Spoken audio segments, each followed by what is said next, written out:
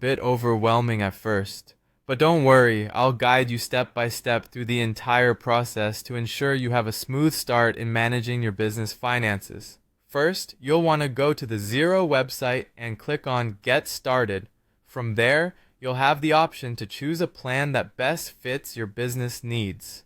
Xero offers several plans which vary in features and pricing, so take a moment to evaluate what aligns best with your financial management requirements.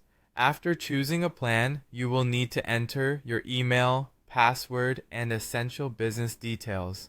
Once you've done that, you'll receive an email to verify and activate your account. Be sure to check your inbox and click the verification link, and you'll be on your way to accessing your Xero dashboard. Next, let's add your organization details to personalize your account. Navigate to Settings, then to General Settings, and select Organization Details. Here, you will enter your business name, address, tax ID, and industry.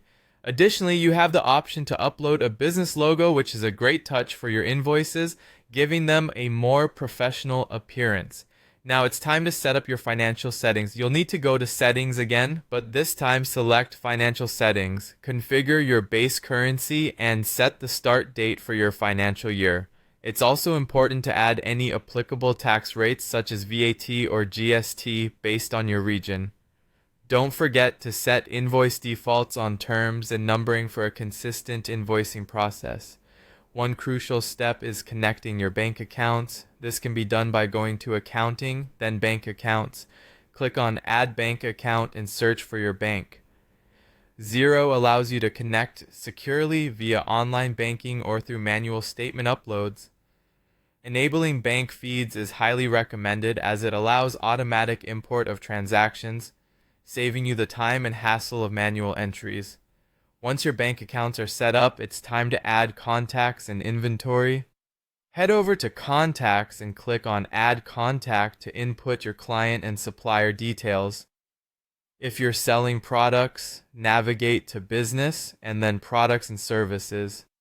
Here you can add inventory items with their respective prices, descriptions, and tax rates, streamlining your sales process.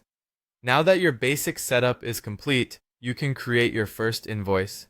Go to Business, select Invoices, and click on New Invoice.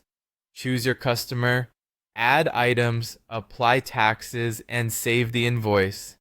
You might also consider enabling online payments through integrations like Stripe or PayPal, making it easier for your clients to pay you. Finally, let's set up users and permissions by going to Settings and selecting Users. You can invite team members or your accountant to access your Xero account, assigning roles like standard, read-only, or advisor according to their needs and responsibilities. And before wrapping up, explore the range of reports available. Under Accounting and Reports, you can view your profit and loss, balance sheet, and aged receivables. Each report can be customized to match your specific business requirements, providing valuable insights into your financial health. With your Xero set up, you now have a comprehensive tool at your fingertips